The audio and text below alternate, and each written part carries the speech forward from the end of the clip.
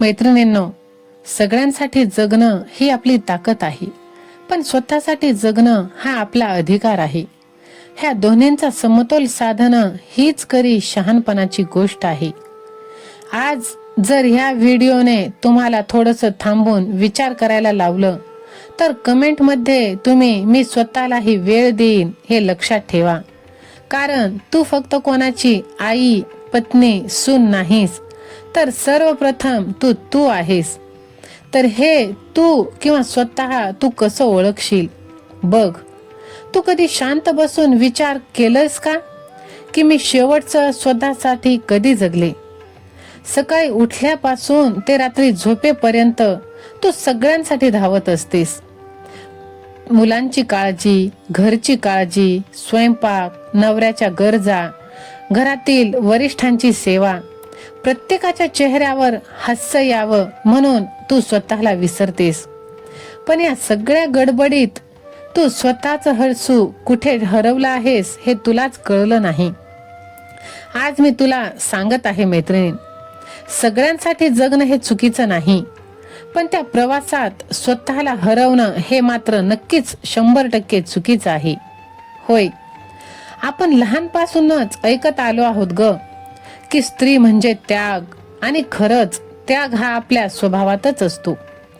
पण त्याग करताना आपण इतकं देत राहतो की एक दिवस आपल्याकडे देण्यासाठी काहीही शिल्लक उरत नाही. थकलेलं शरीर, दमलेलं मन आणि कुठेतरी आत खोलवर रिकामेपणाची, एकटेपणाची भावना. कधी कधी असं वाटत नाही का की आपल्यालाही कोणी विचारावं की तू ठीक आहेस का? पण हा प्रश्न क्वचितच ऐकायला मिळतो. म्हणूनच आज स्वतःलाच तो प्रश्न विचारण्याची वेळ आली आहे. कारण स्वतःसाठी जगणं म्हणजे स्वार्थी होणं नाही. स्वतःची काळजी घेणं म्हणजे कुटुंबाकडे दुर्लक्ष करणं नाही. उलट जेव्हा तू मानसिक, शारीरिक दृष्ट्या आनंदी असतेस, तेव्हाच तू इतरांना जास्त प्रेम देऊ शकतेस हे तू लक्षात ठेव. दिवसभरात किती वेळ मोबाईल, टीव्ही आणि घरातली ही कामं यात वेळ घालवतो, पण स्वतःच्या मनाशी बोलायला 5 मिनिटे सुद्धा नाहीत. फक्त 2 मिनिटे शांत बसून विचार करा की मला काय आवडतं, मला काय केलं तर आनंद मिळतो. कदाचित तुला वाचायला आवडेल, कदाचित तुला गाणं गुणगुणायला आवडेल, किंवा कदाचित तुला फक्त शांतपणे बसून चहा पिणं आवडेल. आणि त्या छोट्या गोष्टी तुझ्या आनंदाच्या आहेत, म्हणून त्या गोष्टी करण्याचा तुला पूर्ण अधिकार आहे. एक गोष्ट तू लक्षात ठेव, आई आनंदी असेल तर घर आनंदी असतं. पत्नी शांत असेल तर घरात शांतता असते, लक्ष्मी टिकते. जर तू सतत थकलेली, चिडचिडी आणि मनाने रिकामी असशील तर त्याचा परिणाम संपूर्ण कुटुंबावर होतो, आणि हे तू अनुभवलं असशील. तू स्वतःला इतकं मागे ठेवलंस की तुझी स्वप्न आता धूळ खात पडली आहेत. आता वेळ नाही, नंतर बघू असं म्हणता म्हणता दिवस, महिने आणि वर्ष निघून गेली. आयुष्य थांबलं नाही, पण वेळ निघून गेल्यानंतर उरणार तो फक्त पश्चाताप. आणि एकदा वेळ गेल्याच्या नंतर शहाणपण येऊन उपयोग नाही. तू अजूनही तीच आहेस. तुझी काही स्वप्न होती, काही इच्छा होत्या. लग्न, जबाबदाऱ्या, मुलं हे सगळं आयुष्याचं भाग आहे, पण तुझं अस्तित्व त्यात हरवायला नको. दररोज फक्त तू स्वतःसाठी अर्धा ते 1 तास ठेव.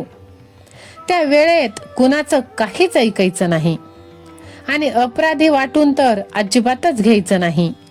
तो वेळ तुझा आहे. त्या अर्ध्या तासात तुला जे आवडेल ते तू कर.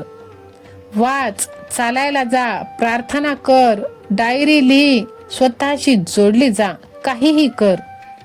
आणि हो, स्वतःच्या आरोग्याकडे दुर्लक्ष अजिबातच करू नको. माझं काय होतं मेलीचं असं म्हणणं तू सर्वात प्रथम बंद कर. योग्य आहार, थोडा व्यायाम, नियमित तपासणी हे लक्झरी नाही, पण हे गरजेचं आहे. कारण तुझी काळजी तूच घ्यायला हवी. तुला माहित आहे की जेव्हा तू स्वतःचा आदर करतेस तेव्हा तू इतरांनाही तुझं आदर करायला शिकवतेस. जर तूच स्वतःला कमी लेखशील तर तुला सगळे तसंच पाहतील. तू स्वतःच्या वेळेला, स्वप्नांना आणि भावना महत्त्व दे. घरातील लोक तुला समजून घेतील.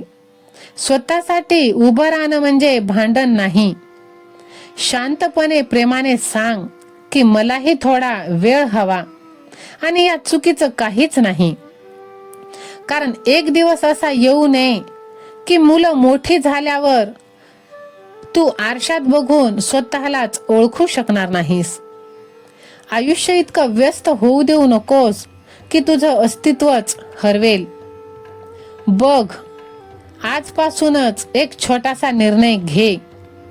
मी सगळ्यांसाठी जगेल, पण स्वतःलाही विसरणार नाही. माझी स्वप्न लहान असली तरी ती माझी आहेत. माझं हसू महत्वाचं आहे, माझं आरोग्य महत्वाचं आहे, माझा वेळ, माझं आयुष्य महत्वाचं आहे.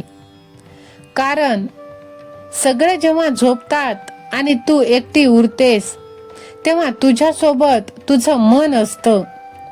ते मन समाधानी, आनंदी असावं, रिकामं नाही.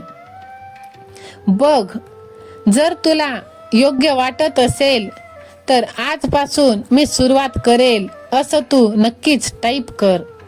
आणि आनंदी राहण्यासाठी तू कोणत्या गोष्टी करतेस हे सुद्धा मला कमेंट करून नक्कीच सांग.